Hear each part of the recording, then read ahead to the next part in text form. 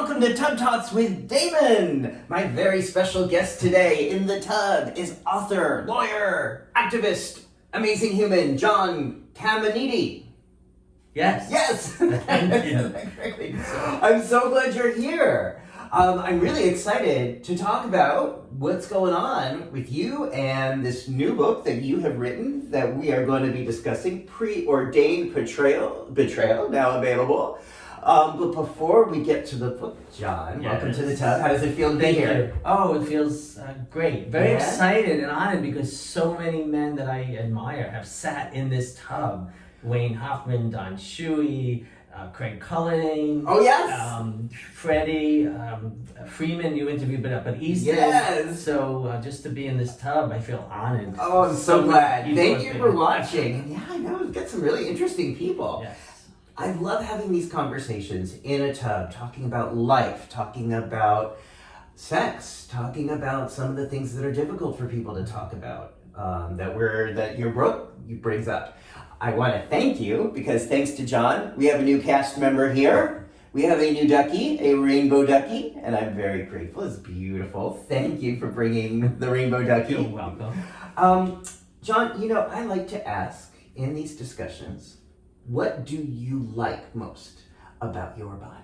Okay, so I thought about the question, and it changes obviously, but I'd have to say two things. One, my legs. Mm-hmm. Because they still look good in hiking boots and high heels. So yes, Woo. they still They have. these are the legs. Yeah, these are the legs. These are good legs. All right. So yeah, they still look good in hiking boots and high heels. So they're good. And my brain. Yeah. Because my brain provides countless amusements to me. Yeah. All How day so? long. Because I never know what's gonna pop in. So. What sorts of thoughts amuse you during your day? Well, I like to laugh at everything, so whatever happens, So happening like in the news or in the news, I can find humor in every situation, even if you're not supposed to. So. Okay. See, I never know what I'm supposed to because I don't. Supposed to's are like shoulds and drag. Right. So I'm like Mr. No Should. Right. So I mean, like the submarine that just imploded at the bottom of the sea. Right away, there was jokes about it, and people say too soon, but I don't think it's ever too soon to laugh. So. I know. Well, and humor is a way of coping.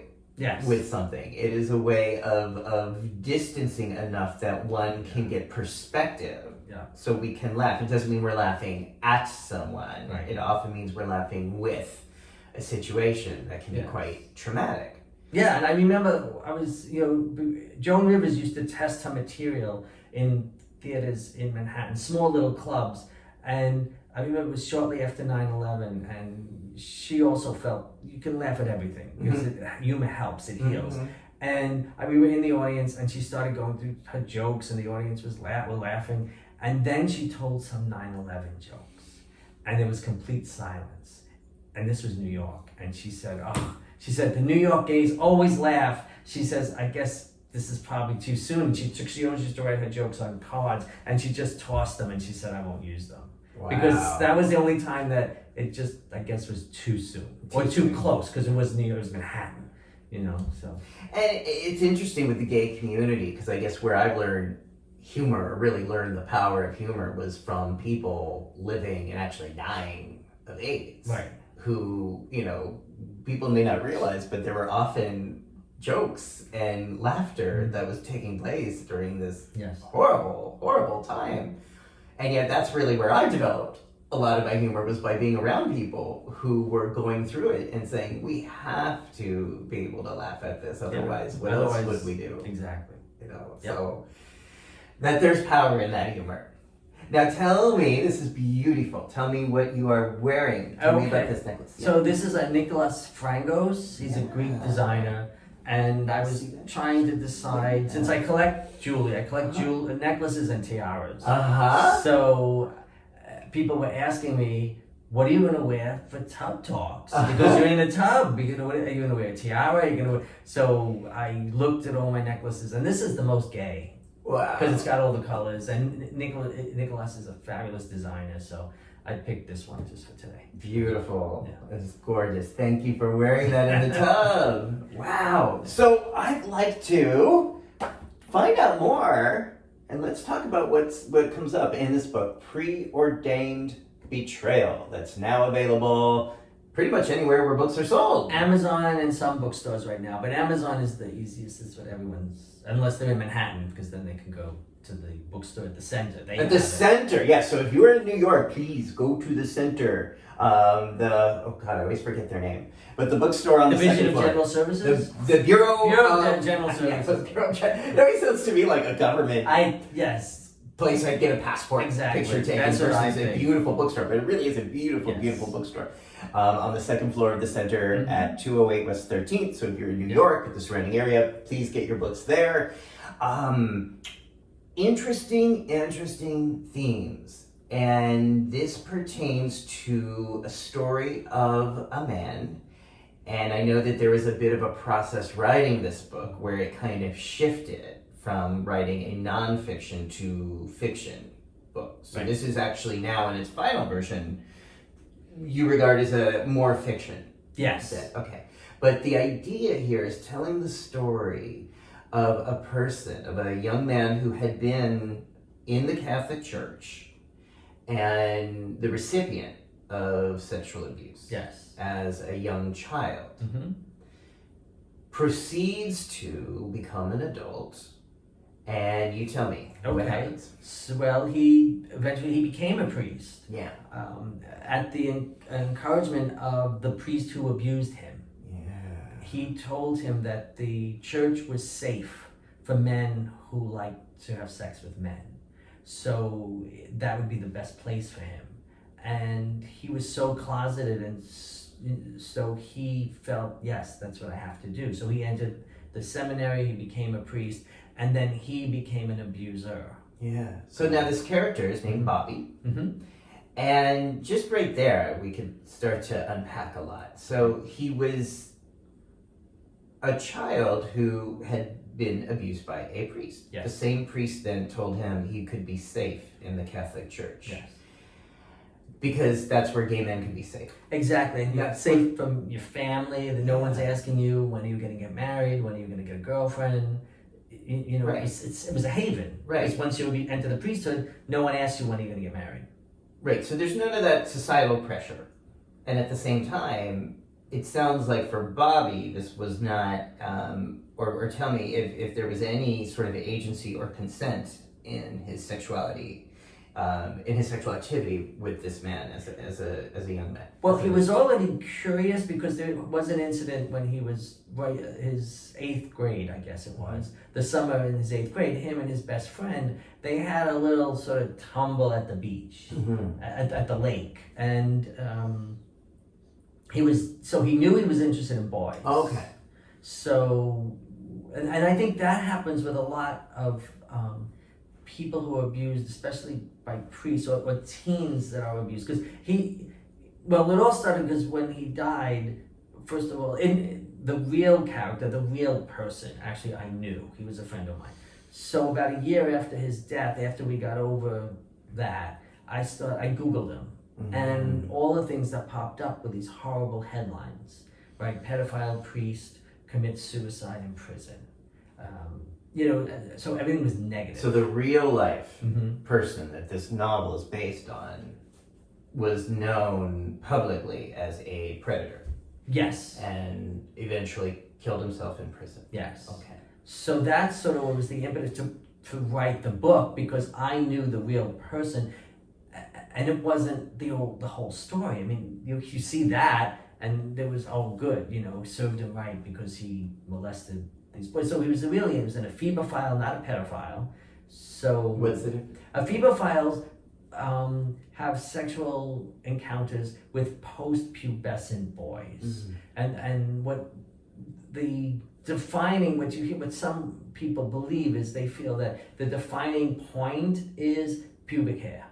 So if the boy has pubic hair, he's he's older. So he's not a 5-year-old or a 6-year-old or 7-year-old. So the term pedophile, which was used by the press, actually wasn't an accurate term. He never had sex with a 5-year-old or a 7-year-old or a 10-year-old. They were 13 and 15 and 16-year-olds. So there's a difference, age-wise. And why a lot of victims feel that they were responsible is because most of them, it's the majority, at 13, 14, 15, they were curious, right? So they didn't mind that this man was, approaching them in that way, right? Because they were curious and they were getting turned on by it. So they felt that they led them on, or it was that they were responsible. When in reality, the adult, the teacher, the coach, the priest, they overstepped, right? Even if the kid comes on to you or follows you into the steam room or into the sauna, you're the adult, right? So it's up for you then to say no, right? So now you're saying from a legal standpoint, that's up to the adult to say. And a moral standpoint too, I would imagine the adult should say, no, thank you, and if once they don't, then that's where their culpability comes in, right? But a lot of victims, because I've spoken to a lot, feel that, well, I followed him. I was attracted to him, right? I followed him into the locker room at the gym because I wanted to see him naked. Because he was 15, 16, so he was curious, right? So yes, he knew what he wanted. He was interested in men. So it's easier for a 15-year-old boy to follow a hot man into a gym locker than it is for a straight 15-year-old boy to follow a woman into the woman's locker room, right? So he has access, and they skip over the part of the adult responsibility. So a lot of them hold that for their whole life, that, well, it wasn't his fault because I wanted it. And I guess as a therapist, what sometimes, not always, but sometimes comes up in the room is there a need to categorize fault? Right. Because there are some teenagers who, as adults, are able to say, I had agency, I consented. Right. I know legally that's not what the law says, but in terms of the more maturity, yes, to be able then, in their lives to say, this happened, and nothing bad happened as a result. Like, there's no need to find fault. But in our society, that's really hard for people to say that. In the therapy room, people talk about that. In society, there seems to always need to be a finger pointing when there has been any kind of erotic encounter between an adult and anyone under the age of 18. Right. So is that sort of what Bobby got caught up? The real life Bobby got caught up in? Well, see, after he had his encounters, which ended up, the two that ended up in his arrests for different years, decades apart, he found it, and this was his fault. So he's not the perfect character in the book. Like, I love that people were saying I was so conflicted because I felt sorry for him because of all he went through, but then he never took responsibility, even up until the end, because both of the cases that led to his arrest, the boys wanted it. I was only giving them what they wanted, right? So he never took the responsibility that, okay, I was a priest, they were minors, and I should have said, come back at 18. Call me, you're 17, call me in 6 months. But it's interesting to see, because people have read the book. It's very interesting because many of my friends, gay men, who have read the book have opened up to me and said, when I was 13, my next door neighbor, he was my best friend's father or whatever, he and I had a relationship that lasted for 4 years. Or someone else said, I had a relationship with a priest, and it was one of the best things that ever happened to me at 14. He taught me everything. He was a mentor. Whereas, I don't want to categorize, but straight married women have had a totally, there's no excuse, right? There's no excuse for that, right? So with myself, I had my first encounter, I was 14 and the guy was like in his 50s, right? I had no negative feelings for him at all, right? Because it was amazing. So it's interesting how people sort of, I guess their perspectives change on who they are. Or they're formed by their life experiences. Some people think there's no excuse for what he did. And then I've had many readers saying, I totally understood where he was coming from, because when I was 16, I had this Cub Scout coach or Boy Scout coach, and we went on a camping trip, and I followed him into the showers because I wanted to see him naked. So so the boys in the book, the two of them, both of them initiated the encounters. Yeah. And I appreciate you saying that, because again, this idea now that you can reflect on this experience when you were 14 and say that wasn't a detriment. No. And it's so confusing because for some people it is. Yeah. It's emotionally and physically traumatic. Right. And for some, again, this is like, I hear this in the therapy room a lot, that it's really not a detriment. And for me, it wasn't an abuse of authority. Yeah. It wasn't a priest or a teacher or a friend. So it wasn't, there was no crossing of the boundaries that way. Right. And you are a lawyer who Yes. sees these cases sometimes. Well, my first job out of law school, I specialized in child abuse and neglect cases. Okay. So that's, yes, I did see that. But so in the law, there's really no gray area here. No, it's an age. Different states have different ages. Right. 18, 17, 16, and yeah. What do you think would be a fair way for society to approach this very sensitive and delicate subject? Well, again, I mean, there definitely has to be an age group, but should it be 18? Should it be lowered to 17? And then you have Romeo and Juliet statutes, which if they're the same, yes, you can't have sex with a 16-year-old, but if you're 17, that's allowed. You can't be 18, So I think you just have to, it's a case-by-case instance. Now the case, I don't know, I guess I can give a little bit away, but of the story. The final incident, what happened was, it was a 16-year-old boy, I believe, or 15, but he was on Grindr. And he met Bobby on Grindr, and they hooked up.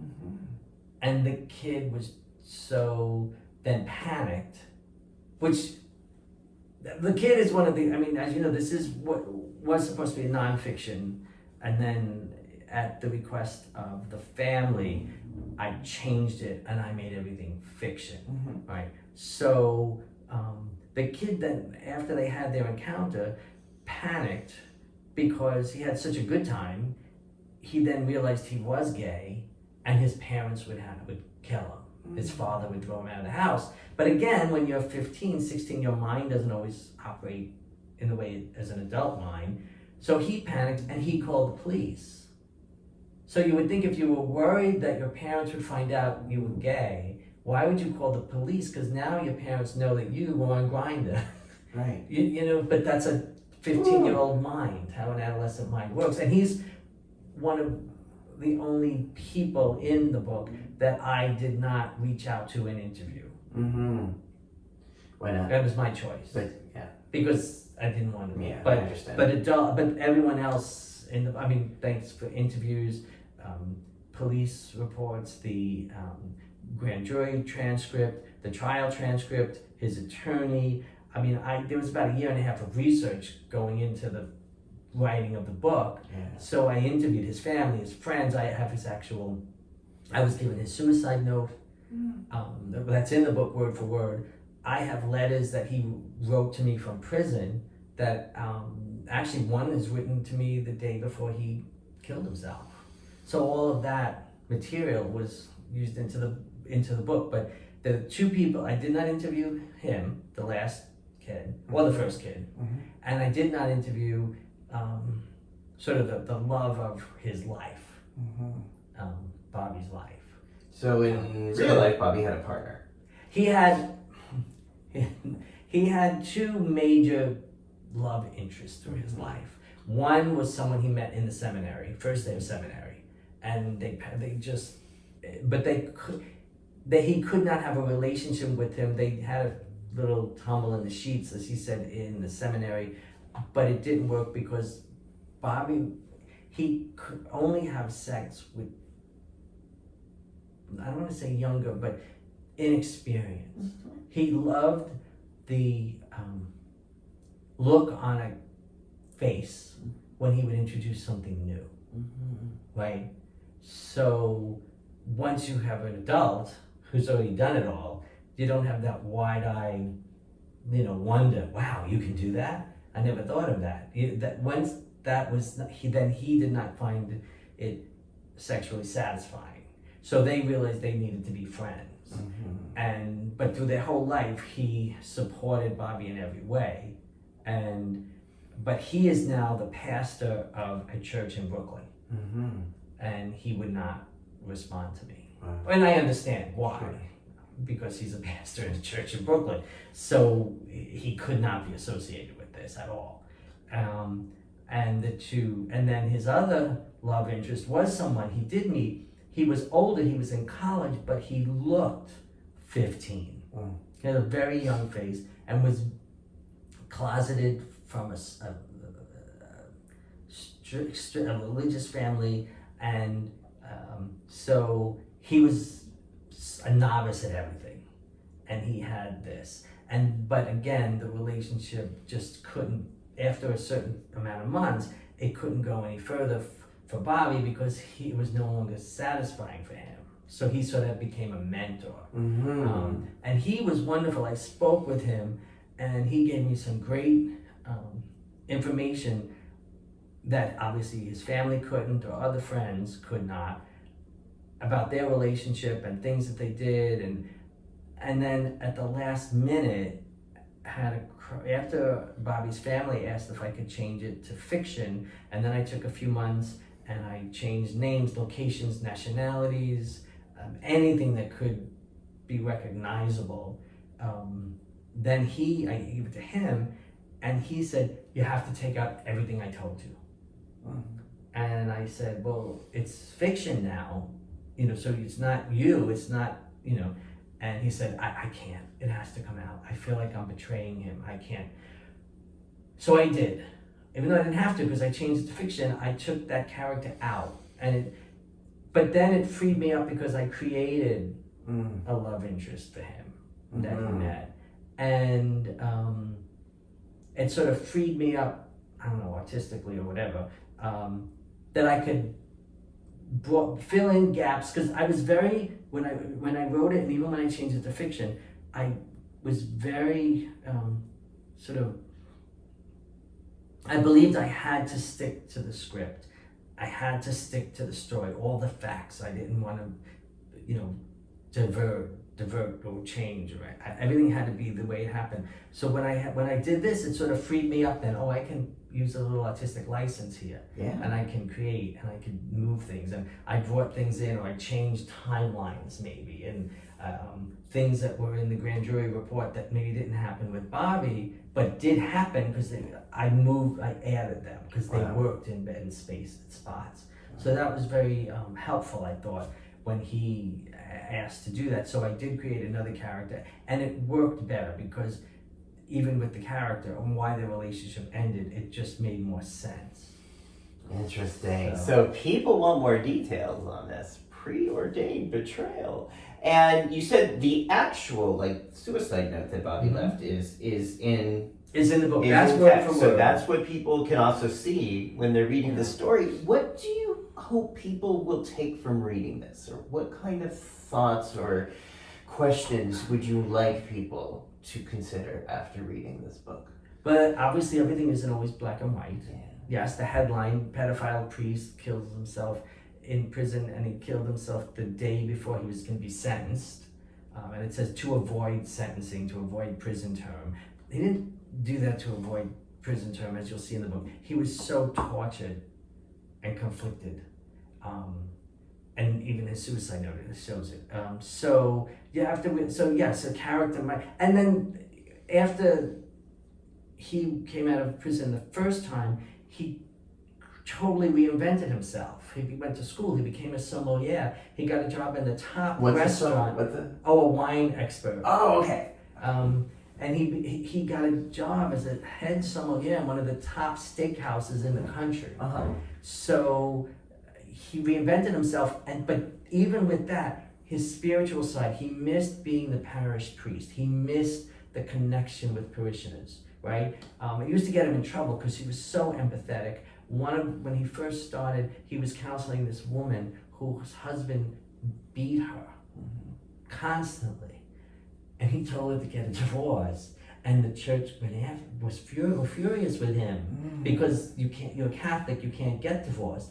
But he was counseling a woman whose husband was beating her. He didn't see the church, right? And he said to her, for you have to leave. You have to divorce him, right?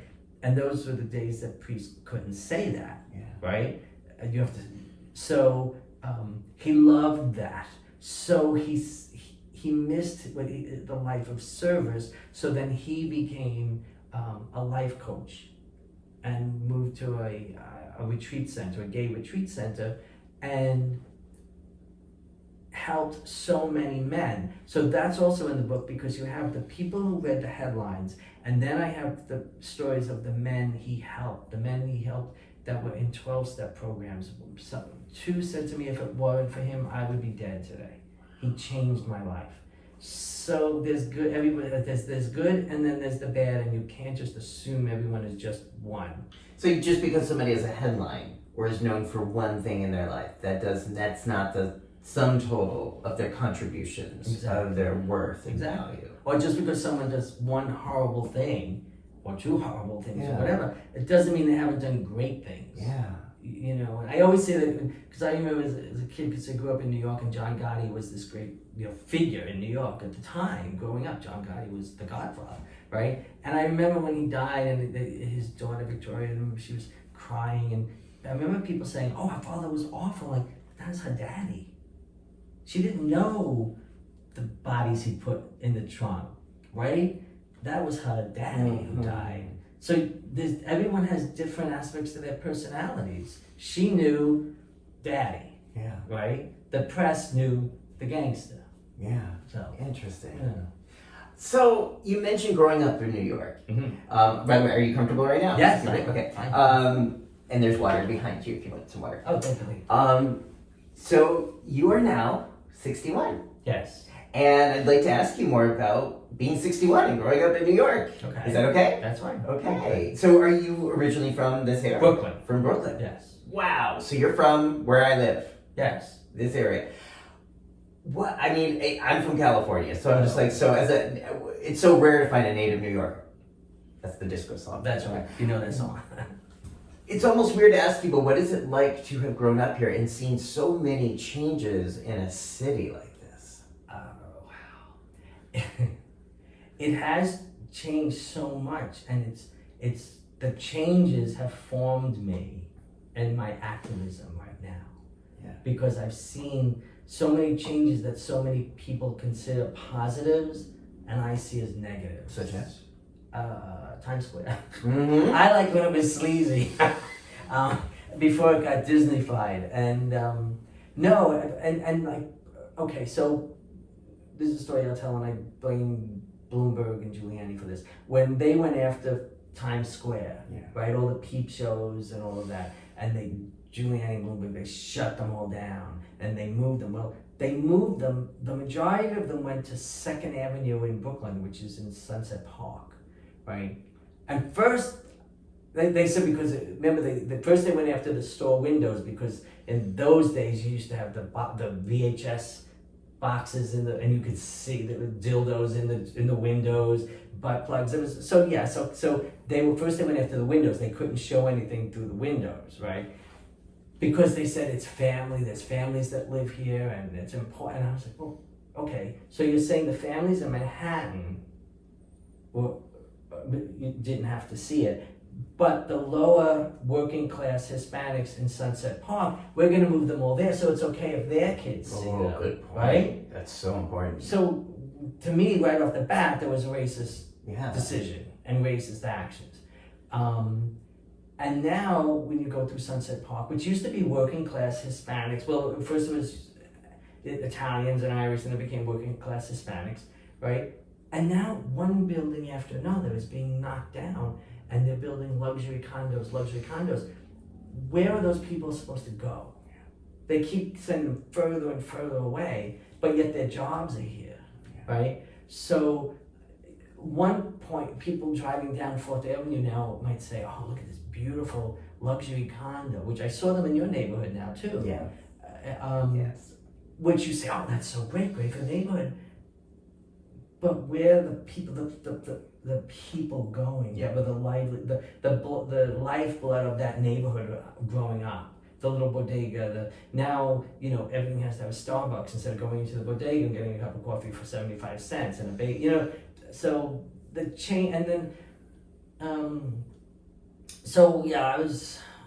that used to get me crazy when people would talk about when Bloomberg was running for president. Oh, he did such a great job in New York, and I had my list. Wait a minute, he got rid of bus routes, and the bus routes. Women who worked for me, they used to be able to take one bus to work. Now had to take 3 because he consolidated bus routes. Right, Wow. so they had to get up, get their kids ready for school, feed them breakfast, make sure that they drop them off at daycare, or that the nanny, well, they didn't have nannies, but the child care work came, drop them off, come to work. By the time these women got to work, they did more than I did all day, right? And then they went home and they had to pick up the kids, feed their kids dinner, do laundry, do homework. Where was your office? And I was in downtown Brooklyn on Court Street. So I go through my list of things, and I would say, this is why I have a woman who worked for me. Her son got picked up 3 times for stop and frisk. Oh, let's Once talk in front about of his that. grandmother's house. Can you let people who don't know, let's tell them what stop and frisk is? Well, it was a program, I forget, was it Bratton or Kelly? I forget which police commissioner, it was under Giuliani, that you could stop a person and frisk them. Mm-hmm. A cop could. A cop For no reason. For no reason at all. They usually said, because he matches the description of someone who robbed a bodega. And the description is young black kid. Well, that's how it was.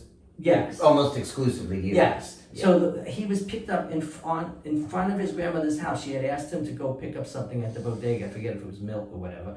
And the police picked him up, and he didn't have ID. When I was a teenager kid, I never had ID. Yeah. My school pass was always in my school bag. So, but when I would go home from school, the bag would get thrown out, and you would change and go out. I never had ID. And he didn't have ID, so he said, well, just ring the bell, my grandmother's inside. And they took him to the police station, and his mother finally, at 2:30 in the morning, finally found him. And she only found him because we have a mutual friend who worked for the DA's office, and she called him at about 11 o'clock. She said, my son is missing, and he made calls, and the kid was in the police station. Now, 1, they never called his mother, which they should have done, but 2, all they had to do was ring the grandmother's bell. And she would have said, yes, he's my grandson. I sent him to the bodega. And the DA told her, you're just lucky that the cops didn't put anything in his pocket. Right. Because then they do that too, and then they'll say, oh, well, he was in possession of drugs. And again, you've seen this. You're a lawyer. Yes. You've seen this play out this way. And the women who worked for me, it happened to their son. Yeah. I know. So they would be stopped and frisked, and the cop would put something in their pocket, a bag of drugs or something. But usually a little bit of marijuana, and not even enough to bring them up on a marijuana charge. But in their mind, the fact that the kid had a joint, it justified them taking him in. Yeah. So. Which is we talk about it, and I know that people who watch this show have seen that I've had guests who have been in that position, men of color, talk about just absolutely how traumatizing that is, even if it's minor at best. How disruptive and traumatizing that can be to go through that for any duration of time. And also when you have a kid, like they say, black parents, they have to have the conversation, with their sons. If you get stopped by a police officer, keep your hands visible.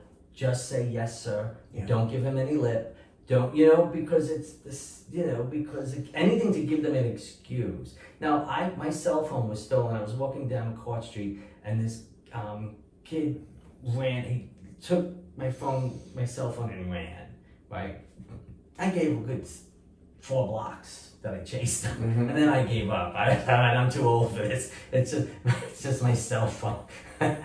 I just like, all right, I just got to tell all my friends, be on alert because your nudes are out there. The pictures you sent me are out there. You know, so you're like, oh my God, this is. But and the police came. Someone called the police. They put me in their squad car, and I said, but this time the kid is gone. But they said, what did he look like? I said it was a black male, about 21, and he had on a red sweat jacket, right?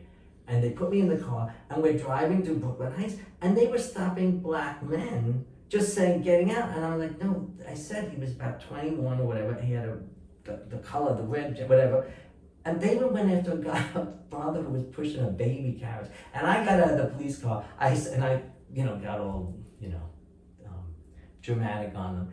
And I said, I'm not going to be part of your racial profiling. Wow. And I got out of the car. Wow. Because they were just picking up any black. I'm like, no, I'm not doing that. So, anyway.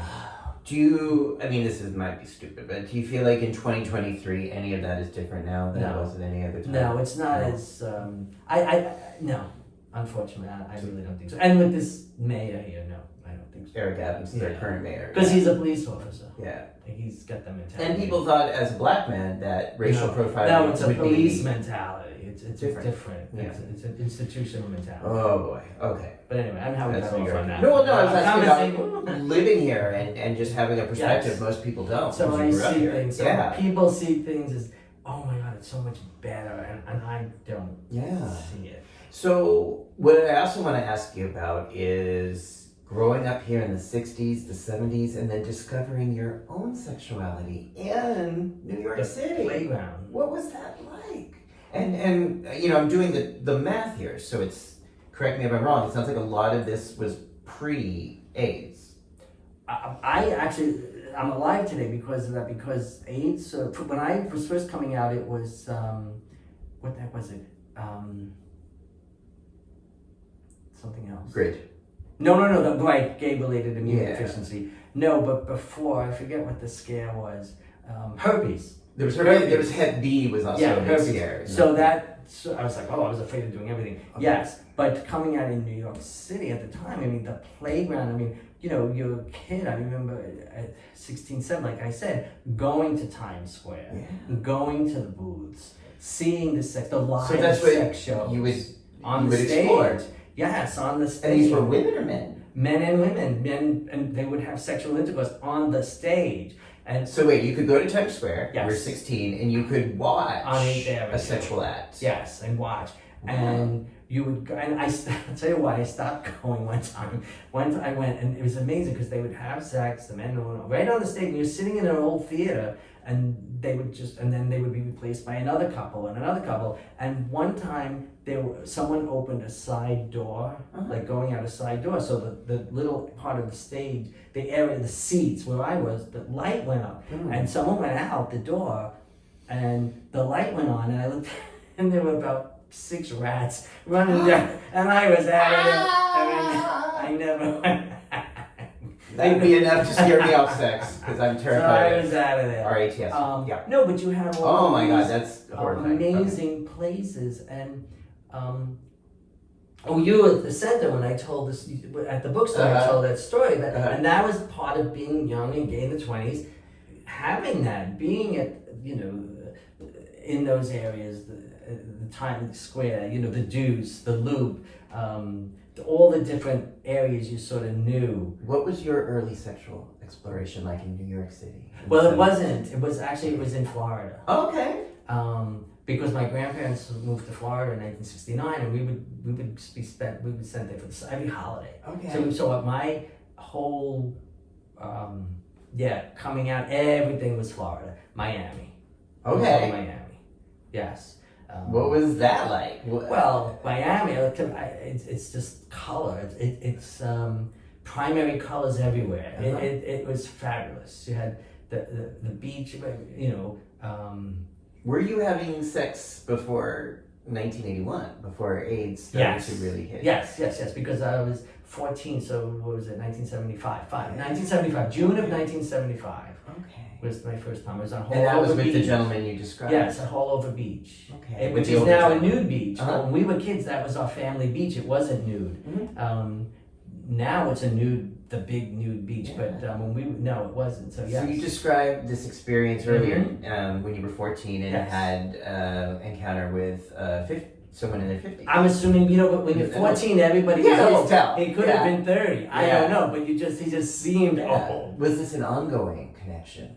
3 times. So what happened was I was at Hallover Beach. I was like always scheming, and they had in Hallover Beach they had the old in the locker room. So you had to park on the west side of US 1 and go under the tunnel to the beach. So when you came out, the first thing that was there was the locker rooms. And in the locker room, they had those old spigot showers with all the shower heads. So everybody had a shower in a circle. So we got to the beach, and I heard the water running. And I said, somebody's taking a shower. So as soon as we got to the sand, I said, well, I have to go to the bathroom. So my grandmother said, okay, so I went back. So see, this is why I relate to these kids. I went back, I went to the locker room, he was in the shower, this older man, and I went in the shower. So I don't want to say seduced him, but I definitely stalked him. What'd you do? Did you approach him? Or? No, I took my clothes off and stood in the shower with him. And then one thing led to another. Which and means, then he said, at that time, what? What was one thing that led to another? I don't remember exactly what happened. Which act? I don't want to say, it had to be this or it had to be that. I don't remember, but whatever it was, he said, where do you live? And I told him, he said, well, meet me tomorrow. And he told me to meet him at Zayre's. And Zayre's was like the old Walmart. It was a precursor to Walmart or Kmart. And I said, oh, okay. So I walked there. So I went in the morning, I walked to Zayre's, and he met me in the front, and he said, come with me. So we're walking through the store. I'm like, where are we going? He took me into the men's room. And in the men's room, he went into a stall. And I'm standing there, and he opens the door, and he says, go into the next stall. So I went into the next stall, and it was a glory hole. I didn't know what it was. I had no idea.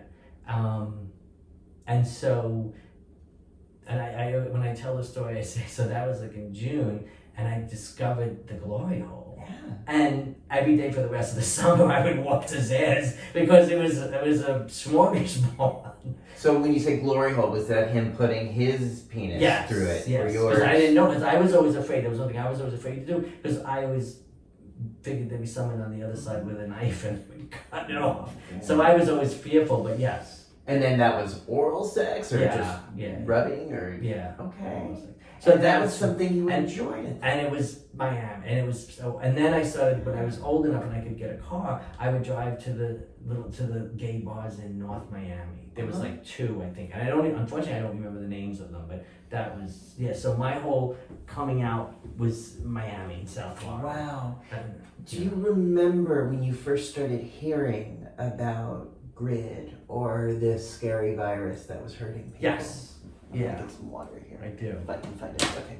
Yeah, but by that time, so we're now in 1984, I guess, So yes, I just remember it was GRID.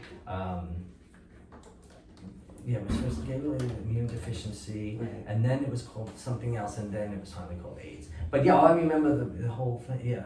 The beginning. But by that point, when I was 22, I met my now husband. Wow. So we'll be together 40 years in, oh my goodness. in February. Okay, so I was 22, and so we'll have our 40th anniversary in February. Wow. Okay, this next February. Coming February, For people watching this, they're gonna ask, so what's the secret? What's the recipe? How do you stay with somebody for 40 years? Find someone 16 years older than you. He's 60 years older? Yes. Okay. Because he just let me do everything. Like I say, people say, oh, my husband supports everything I do. He not only supports it, like he'll create it. Like if I have an idea and I'll say, oh, wouldn't it be great to wear something like this at the party? And he'll make it. Like he makes me. Outfits? Outfits, clothes, costumes, hats. He made me a hat for the coronation, which was fabulous. And I was just watching the coronation on TV. For the recent Prince Charles's coronation. King Charles, yeah. And wow. yes, so I think So wait, he made you a hat for King Charles's coronation. Yes, So and it's sweet. fabulous. And we call it, it's called the Camilla, and it's absolutely spectacular. But yes, so him being 16 years older, there was nothing new. He knew, and he was wise enough to know that me at 22, I needed to explore, right? Yeah. So, yeah, if I needed to do something or go somewhere, and he also made he was very honest from day one. Like I said, I was 22 and coming from Brooklyn, Italian, blah, blah, blah, happily ever after. You meet someone, you marry, there's monogamy, blah, blah, blah. And he told me from day one, he said, I will not be monogamous, just so you know. Okay. Do you remember, what was that like to hear that? Oh, it was devastating. But The first time did you really want monogamy? Of course, age at 22? 20, because yes, because you think that's the way it's supposed to Oh, how it should be. be. Right? That's the way But it the is. reality Is not that way. Yeah. So, but yes, and I remember the first time he was having an affair. Well, when we met, I was the mistress, he had a lover. Uh-huh. So I was sort of the mistress, but then they broke up, and then the first time I found out that he was seeing someone, because now I was in law school, working full time and going to law school at night, so I had no free time, right? So we would have the weekends, he had this fabulous house in Southampton, so the weekends we would go to Southampton, but I would lock myself upstairs doing homework, reading cases, and so he was seeing someone, and I found out about it, and I was 20 something, I don't know how old I was, but, and also being Italian, Sicilian, I tried to run him over with a car. Not my partner, the guy he was seeing. Okay. I chased him down the street in Park Slope in my car. Okay. How did that work out? Well, he stopped seeing him.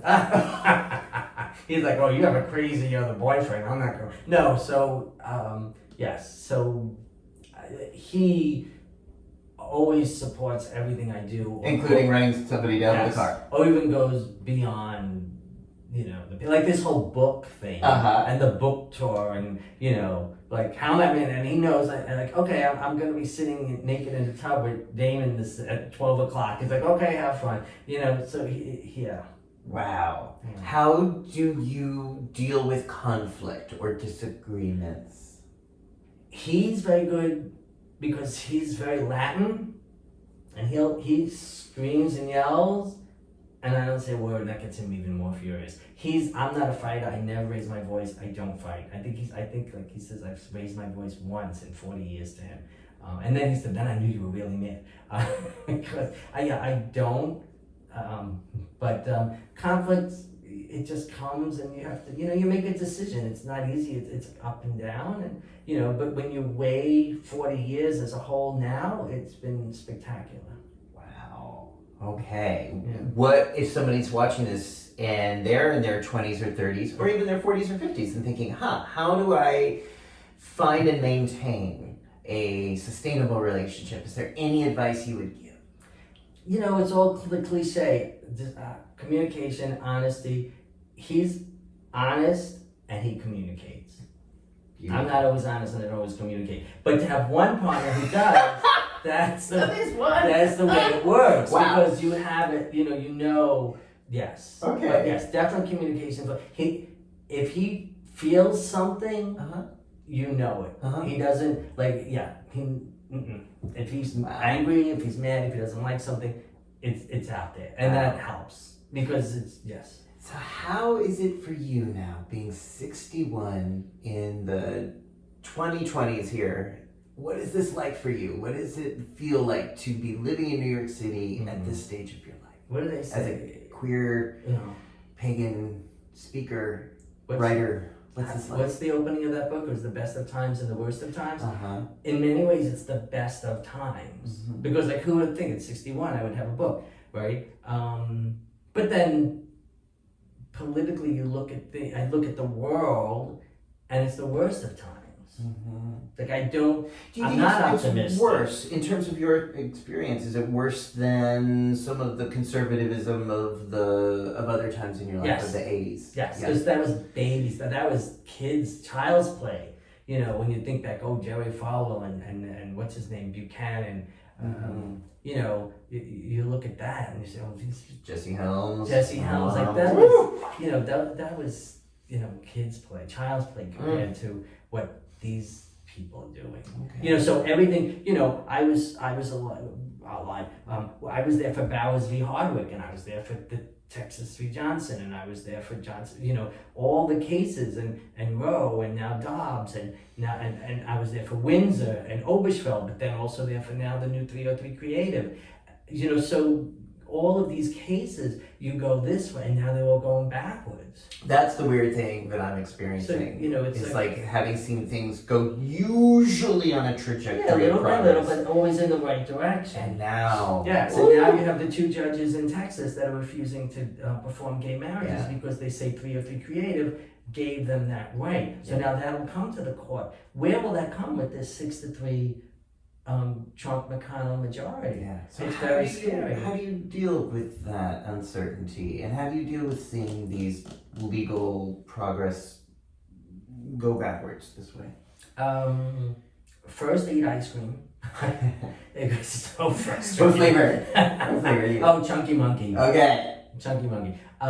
You know, and just try. Like, I have friends who ask, because we have a condo in Florida, and they say, you have to sell. You're just contributing to DeSantis. You're contributing to the red state. You have to sell. You have to leave it. And well, for me, because Florida has another emotional connection, because that's where I came out. Florida to me. So I will never, like I say, I'll never leave New York, and I'll never leave Florida. But you have to do everything you possibly can. So I find myself, I would say write checks, but no one writes checks anymore. But go onto Act Blue, and you see a candidate or you see somebody, and you say, oh, I'm going to give to that person. I'm going to support this cause. And monthly, you know, just automatic deductions for Lambda Legal Defense Fund, for Planned Parenthood. I mean, yes. So luckily, we're in a position that I can do that. I can make sure that my funds go to support these organizations that are doing all the work. Yeah. How is sex now for you at age 61? Fascinating, because I just had surgery. So I just had TURP. So it's for BPH, so it's prostate surgery. Okay.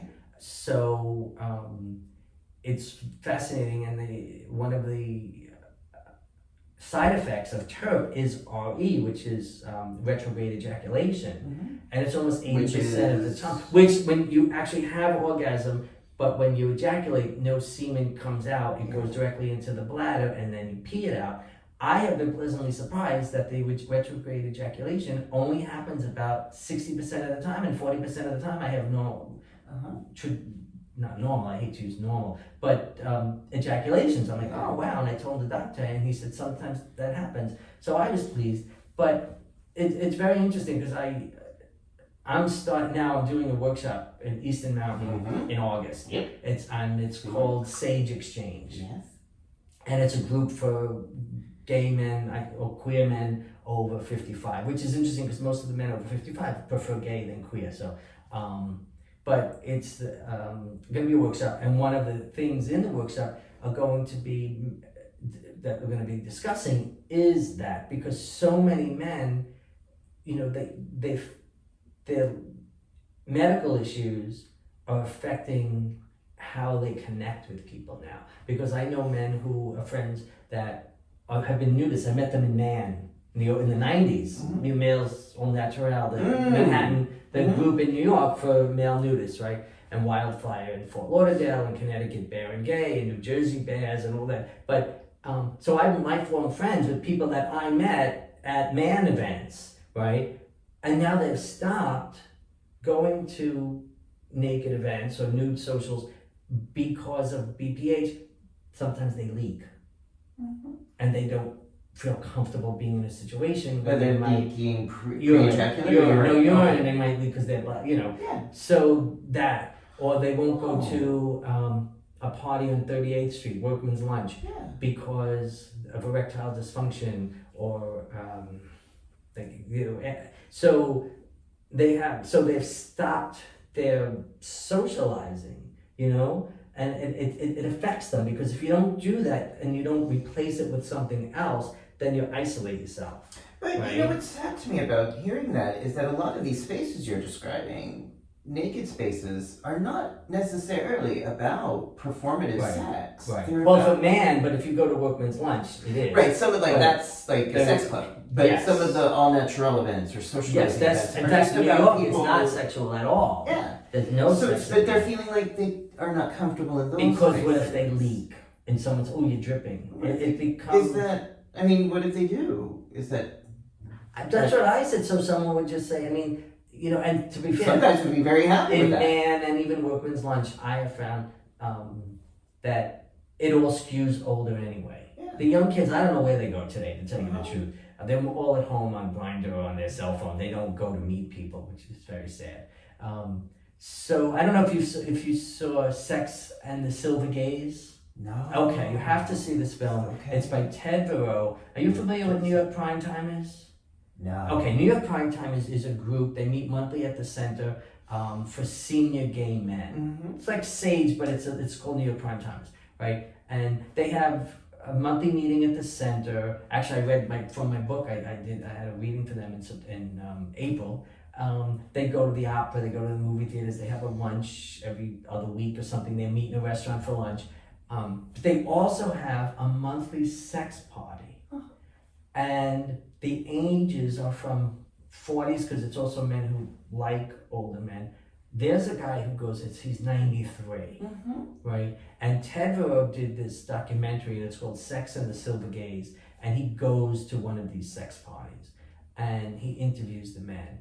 And one of the guys he interviewed is in his 80s, and he has erectile dysfunction, he can't have sex anymore, but he just goes and sits and watches. Yeah.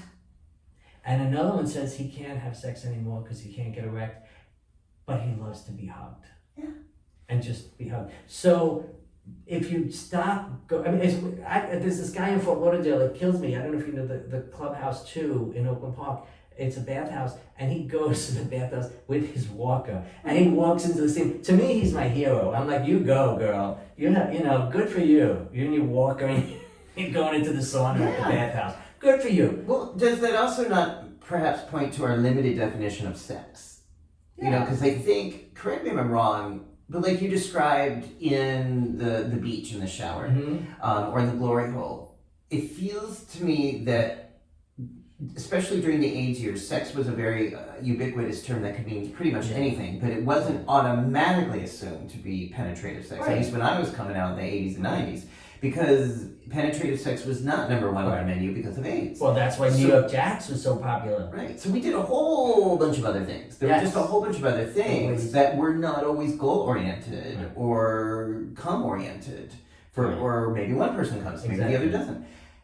I do really love, like you said, best of times. I love that we have so many medical advancements to have play and connection without fear of HIV and STIs now. However, my concern about what's happening with that is that psychologically that has people thinking about sex in a very limited, all or nothing. Like if someone's not actually fucking somebody or coming somewhere, then we didn't have sex. And all of the other than maybe even the pump, but the pump or the implant or Muse. I don't know if you're familiar with Muse. It's a little tiny suppository, and you push it into the urethra, and you get immediately erect. And Viagra and all. I did because my husband had prostate cancer, and he had a full radical prostatectomy. Oh, I'm gonna ask, since we have viewers, maybe viewers, I'm gonna say this. For men who have situations like this, and you go into a urologist, you have to be honest with your urologist. Because I have a close friend, when I was having my prostate surgery, he had just had a prostatectomy because he had cancer. And he said, oh, but the doctor said I could have sex in about 5 weeks. And I said, no, you can't. He said, no, my doctor said I could. I said, does he know you're a big bottom?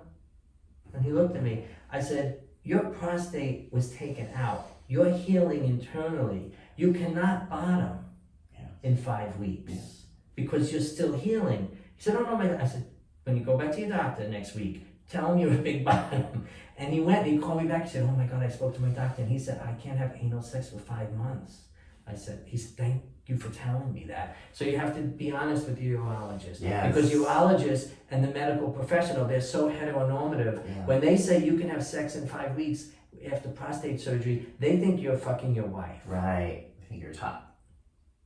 So you have to be honest with your doctor. Wow, thank Because you. that could have been See, that is so much important could information. have caused a horrible medical problem. See what good information we have on Bathtub Babble, See? which is a reference from the book. That's right. Because Bathtub Babble, somebody in here has Is in the conversations book. in a bathtub. That's Who knew? right. Who knew of such a That's thing? right. So when are you speaking at Easton Mountain? August 16th. Okay. And that's I'm doing the workshop is for Sage Exchange. Mm-hmm. Then I'll be leading a Tai Chi every morning. And then, but the author's night about this book, I believe, will be the Wednesday, August 16th. And it's going to be, they're having 3 authors, and we're all going to read from our books and take questions. Mine will be a little interesting because it might be triggering. Yeah. Because many of the men, Easton Mountain is a character in the book, and many of the men there are very familiar with the situation. So. Well, and I hope that if people are concerned about that of course they take care of themselves. However, I really hope people read this book and listen to what you're saying from the point of view that they're saying it. None of us are all good or all bad. You cannot judge somebody's lifetime of value and contribution by 1 or 2 acts. And of course, it's not to overlook or ignore the things people do that might be hurtful to others. Yeah. And I think those are important. But I think it's worth having a conversation, is what I'm saying. Yes, and like they said up there, the administration said it's been 5 years. We need the discussion because it happened and we have not talked about it. Yeah. So now it's time for us to open up. Yeah, and those of us who work in healthcare and therapy often know that people who do things that are harmful to themselves and others often struggle and seek in their hearts and souls to find a different way. Yeah. Not everybody, Right. but some people do. And I think it's worth having a conversation and worth reading this book and worth showing up for your talk to have these kind of conversations about where we draw that line.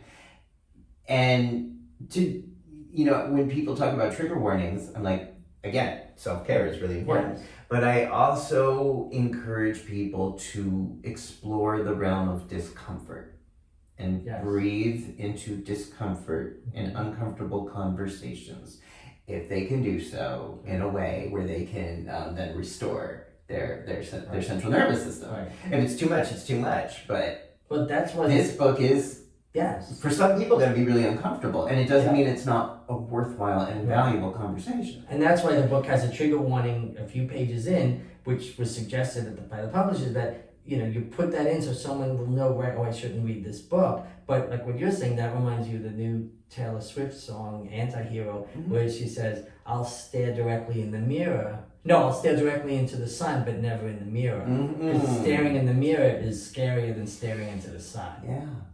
Yeah.